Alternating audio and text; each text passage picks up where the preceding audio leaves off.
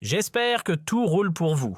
Ce 10 décembre 2025, une onde de choc a traversé le paysage médiatique l'APS en mode grand fracas, a relayé une révélation soufflée par un certain monsieur que l'on voit régulièrement faire le spectacle dans le décor bien huilé de l'émission vedette de Al 24 News, cette chaîne d'État algérienne qui s'est donnée pour mission d'éplucher l'actualité mondiale. Mais oui, vous voyez de qui on parle. Bien sûr que vous l'avez deviné. C'est notre célèbre Mzar ou Madzar pour les intimes, la star du plateau d'Al 24 News. Hier, l'APS s'est fendue d'une annonce solennelle. Le journaliste algérien de la chaîne internationale aurait été arrêté à Paris. Une info balancée comme ça dès les premières heures du mercredi sans fioriture. Puis la suite devient floue. L'arrestation aurait eu lieu mardi, d'accord, mais la libération, elle n'a jamais été précisée par l'APS. Silence radio. Il aura fallu compter sur d'autres médias algériens pour souffler du bout des lèvres que l'homme aurait finalement retrouvé sa liberté, grâce aux bons soins de la police française, conditionnel flou demi-mot, tout un art. Tenez-vous bien, toute cette histoire, elle vient de l'homme lui-même. Oui, Madrazar, unique narrateur, unique témoin, unique source. C'est lui qui a soufflé à l'APS l'info de son arrestation. Et c'est encore lui qui a annoncé sa sortie. En somme, il a fait l'aller-retour informatif en solo avec pour relais son club de fans préféré Al 24 News. Résultat, une dépêche de l'APS à peine croyable sortie tout droit d'un monde parallèle, un ovni journalistique. Et pourtant, on parle bien d'une agence d'information, pas d'un blog perso. Une vraie censée fonctionner sous contrôle, notamment quand elle dépend directement du président et de son ministère de la Communication. Son rôle, publier des faits, rien que des faits validés, tamponnés, cachetés par des voix officielles, pas des confidences murmurées par un chroniqueur en mal de projecteur. Fait amusant ou inquiétant, c'est selon Mehdi Razal, jusqu'à preuve du contraire, ne siège dans aucun ministère, ne représente aucune institution et n'a aucune casquette officielle. Et pourtant, l'APS s'est fendue d'un texte sans même expliquer le pourquoi du comment de cette fameuse interpellation. Motif circulé, il n'y a rien à lire. Dans son papier, l'agence ne s'embarrasse pas de détails.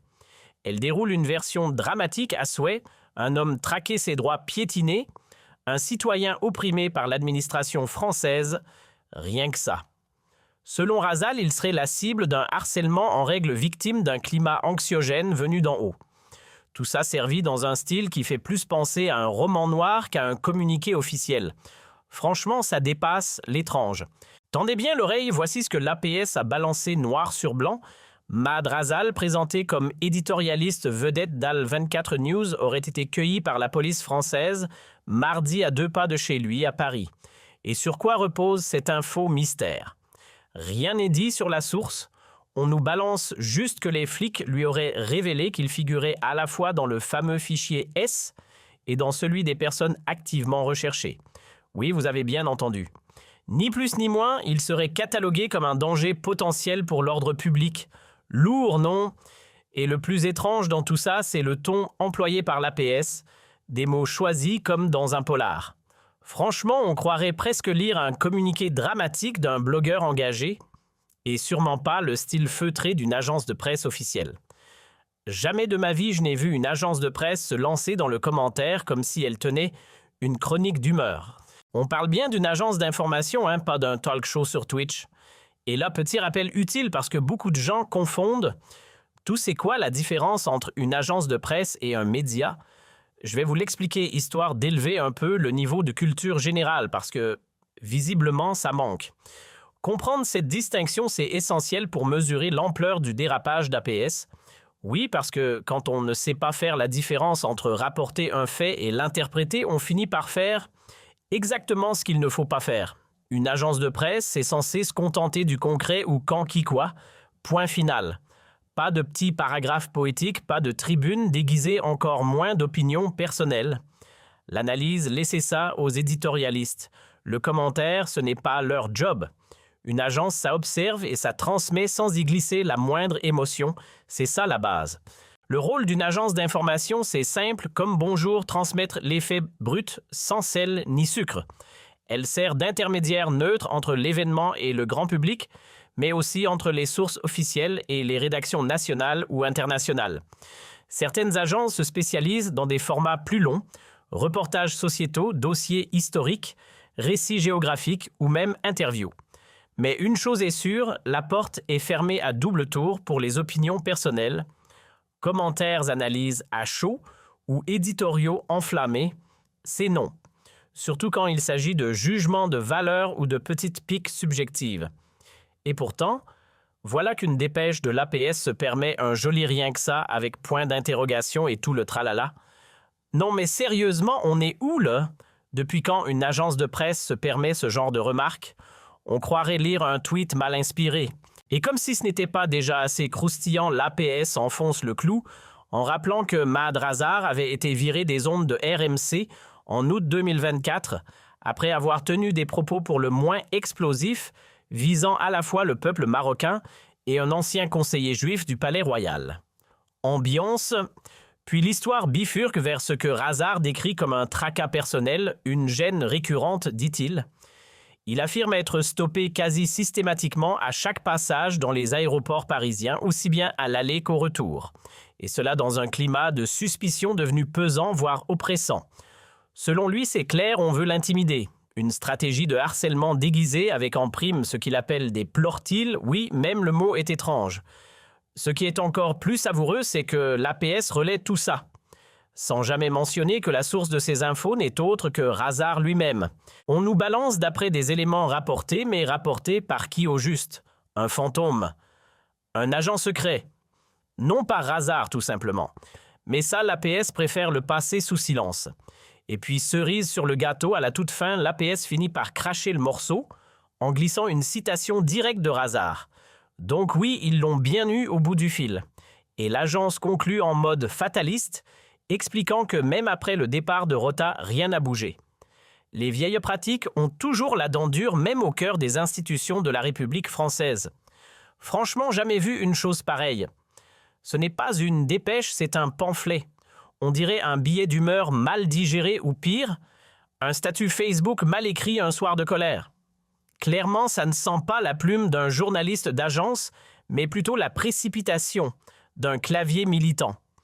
Du coup, inutile de chercher la signature d'un professionnel de l'APS, ce texte a été parachuté là. Imposé, quelqu'un quelque part a ordonné à l'agence de publier cette sortie de route maquillée en article. Sauf que ce qu'on lit, c'est ni plus ni moins qu'un coup de gueule déguisé, écrit par quelqu'un qui n'a manifestement jamais mis les pieds dans une salle de rédaction digne de ce nom. Et encore une fois, le ton, la forme, le fond, rien ne colle avec ce que l'on attend d'un organe de presse national. Du coup, de notre côté, on a décidé d'aller creuser, d'enquêter sérieusement.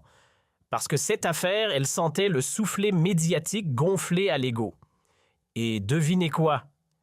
Jusqu'à présent, malgré toutes nos vérifications, toutes nos sources recoupées, pas la moindre preuve solide, pas le plus petit document qui confirmerait que M. Razar a bel et bien été arrêté embêté ou placé en garde à vue à Paris.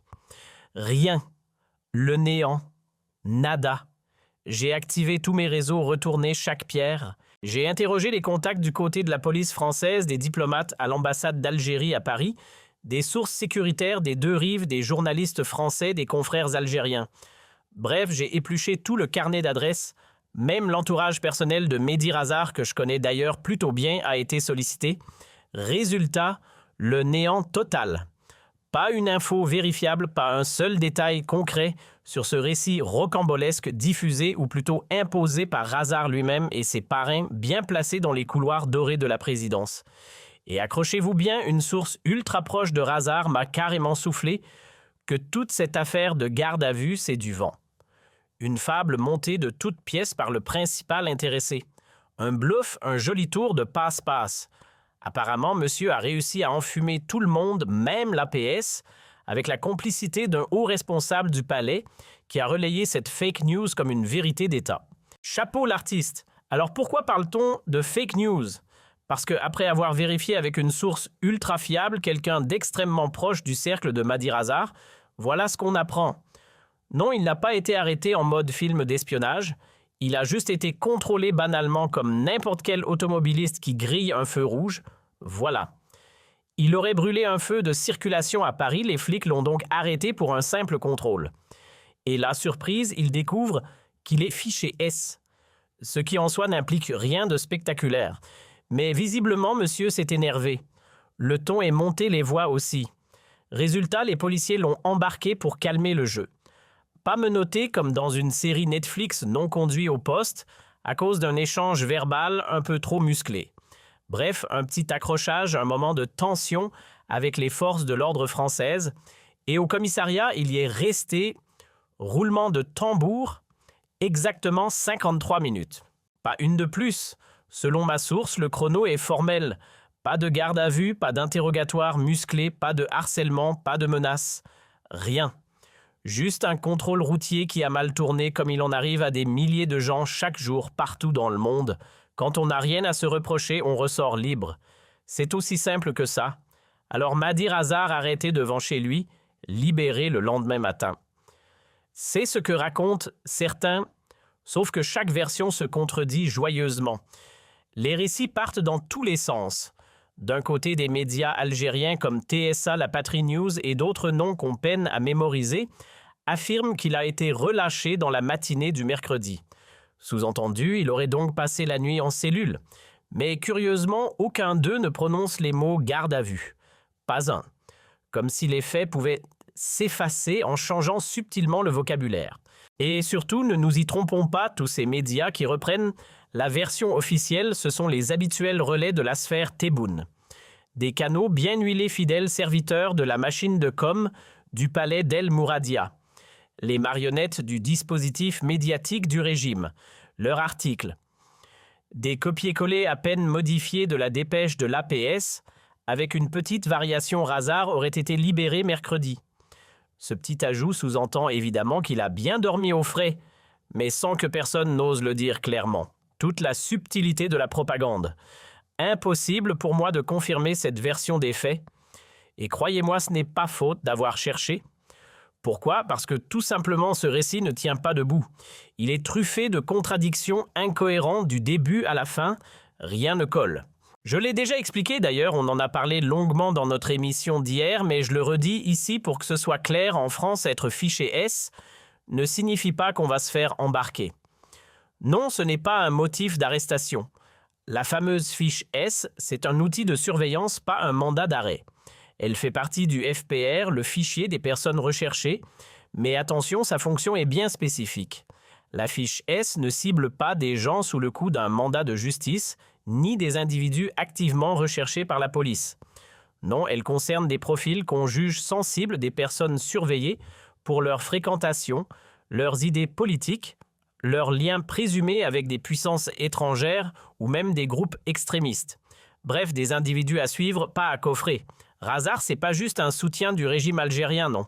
Il s'en revendique carrément comme un agent d'influence. Un titre qu'il s'est attribué tout seul façon ambassadeur autoproclamé du clan Tebboune. En 2024, il portait fièrement la casquette de directeur de campagne de Tebboune, en France, s'il vous plaît. Et dans sa grande générosité diplomatique, il s'est même proposé comme passerelle entre Alger et Paris sur des dossiers économiques et politiques. Rien que ça. Le plus savoureux, c'est qu'il sollicitait des rendez-vous avec des ministres français, dont Bruno Retailleau qu'il s'amuse aujourd'hui à insulter publiquement. Oui, le même Bruno qu'il a supplié de rencontrer fin 2024. Et d'après mes infos, il aurait même serré la main de Louis-Xavier Thiraud, le bras droit de Retailleau à l'époque, en toute discrétion. Tout ça, c'était en janvier 2025, mais ce ne serait pas la seule fois. Apparemment, il y aurait eu d'autres rencontres à confirmer. Et là, une question s'impose, si Retailleau est aussi détestable à tes yeux, pourquoi lui courir après, avec un badge au nom de l'État algérien? Faudrait accorder les violons non. Soyons clairs, pour moi, le récit livré par M. Razar à l'APS, c'est du grand cinéma. Je n'ai pas les preuves matérielles, pour l'instant j'en conviens, mais quand on recoupe tout ce qui a été dit, il y a de quoi sérieusement douter. À mes yeux, on est face à une belle opération d'enfumage. Une manœuvre de désinformation bien huilée avec en prime une agence de presse nationale utilisée comme haut-parleur officiel. Et financée évidemment par de l'argent public. Le plus grave, elle relaie une version non vérifiée sans la moindre preuve concrète. Ce n'est plus de l'information, c'est de la communication politique. Et puisque Razar jure qu'il a été arrêté, qu'il a été mis en garde à vue, très bien. Alors qu'il nous montre ce fameux procès-verbal. Oui, le PV, celui qu'on signe quand on est vraiment placé en garde à vue. Il est où il l'a signé? Quelles sont les raisons écrites noir sur blanc qui ont motivé cette prétendue interpellation?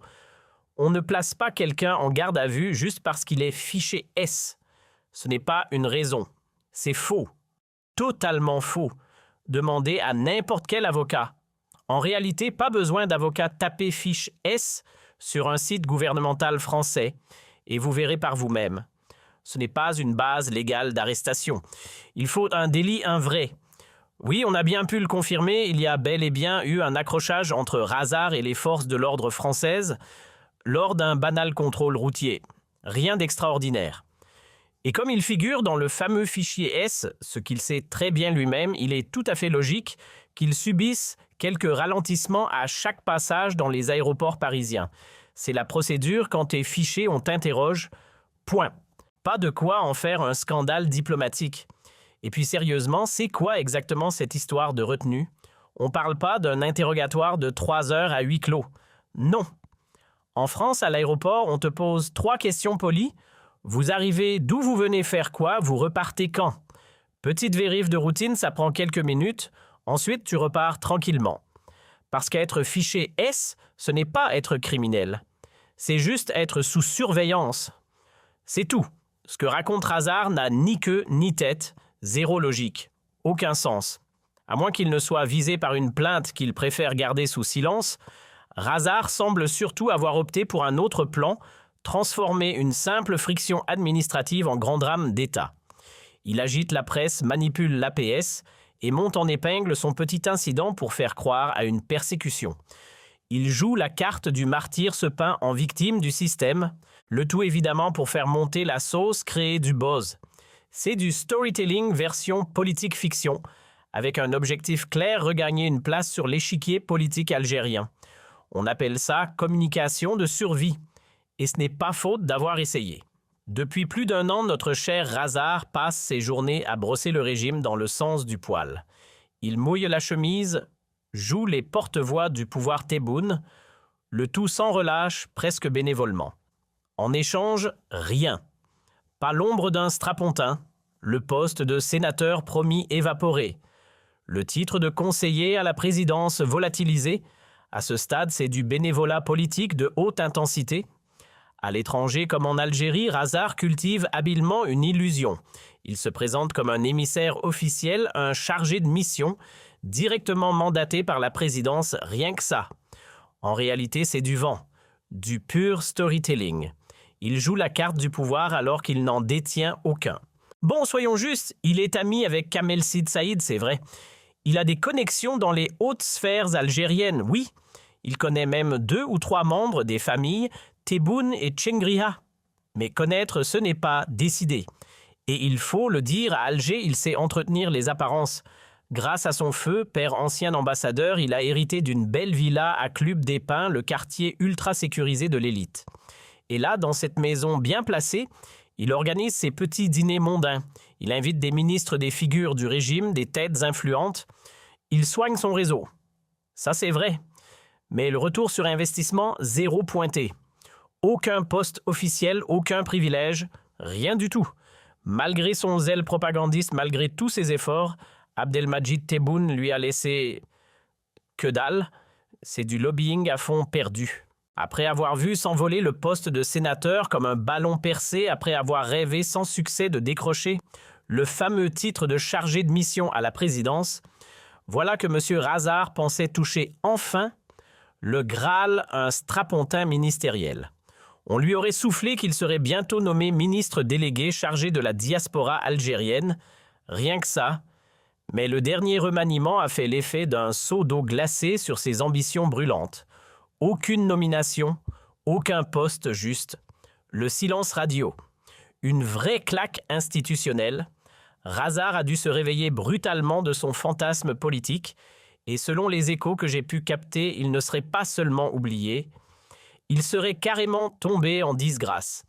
Oui, vous avez bien entendu, l'homme qui prétend encore représenter l'État algérien à l'étranger, qui joue les diplomates improvisés en France, serait aujourd'hui persona non grata dans certains cercles du pouvoir. Pourquoi? Parce qu'en haut lieu, on commence sérieusement à douter de lui. Sa loyauté fait débat, son carnet d'adresses interroge, ses fréquentations suscitent des grimaces, et dans les officines sécuritaires comme politiques, on le regarde désormais avec une loupe et un sourcil levé. Alors non, désolé de casser le mythe, mais Razard n'est pas cette figure d'influence redoutable que certains aiment dépeindre, même parmi ses propres détracteurs. Oui, il connaît du monde, c'est vrai. Mais en Algérie, connaître du monde ne garantit rien. Tu peux serrer la main du fils de Tchengria ou boire un café avec le fils de Tebboune et rester totalement impuissant. Même leur propre réseau ne leur garantissent pas grand-chose. Alors bon, connaître Kamel Sid Saïd, ce n'est pas non plus avoir un passeport pour la toute-puissance. Oui, Kamel Sid Saïd est son pote. Et c'est précisément grâce à lui que Razard a pu instrumentaliser l'APS pour faire parler de lui. Objectif, s'auto-promouvoir. Fabriquer un scénario où il devient le héros opprimé, celui qui paye de sa personne pour avoir soutenu Tebboune et défendu l'Algérie dans le bras de fer avec la France. Une belle mise en scène patriotico-médiatique. Mais ça ne prend pas, ou du moins, pas pour ceux qui regardent au-delà de la surface. Soyons clairs 2 secondes. Si vraiment les autorités françaises avaient voulu pourrir la vie de Razard, elles n'auraient pas perdu leur temps avec une banale vérification d'identité sur le bord d'une route ou un petit contrôle de passeport dans un terminal d'aéroport. Non, soyons sérieux. Il leur suffisait de déclencher une procédure en bonne et due forme, ouverture d'une enquête, convocation officielle, garde à vue de 48 voire 72 heures, présentation devant un juge et pourquoi pas une petite mise en examen pour faire bonne mesure. Voilà ce qu'on appelle de vraie pression, du vrai harcèlement institutionnalisé. Mais là, rien de tout ça. Or pourtant, monsieur Razard possède plusieurs sociétés en France de petits business, des intérêts économiques réels sur le territoire. Si on avait vraiment voulu l'ennuyer, c'est là qu'il fallait taper. Mais visiblement, personne n'a pris cette peine. Franchement, s'il y avait eu une vraie volonté de lui mettre des bâtons dans les roues, il existait 1000 autres moyens bien plus efficaces que de lui faire perdre 5 minutes à l'aéroport. Un redressement fiscal surprise, un petit passage de l'URSSAF pour un contrôle inopiné, une plainte prud'homale sortie du chapeau, ou mieux encore un joli gel de ses comptes bancaires. Et pourtant, rien de tout ça. Nada. Zéro. Le monsieur continue de vaquer à ses affaires comme si de rien n'était, ce qui entre nous est plutôt étonnant. C'est même troublant cette passivité presque complice de l'administration française dans le cas de Mahdi Razard. Et pourtant, souvenons-nous, août 2024, Razard dérape violemment à l'antenne. Il balance une sortie antisémite en accusant Andrea Azoulay d'être non seulement sioniste, ce qui serait déjà discutable, mais de l'être parce qu'il est juif. Là, on bascule clairement dans ce que la loi française qualifie de délit. On ne parle plus d'opinion politique, mais d'un amalgame ciblé sur l'origine religieuse. Même si Azoulay a des attaches avec Israël, il était tout à fait possible de le critiquer sans franchir la ligne rouge.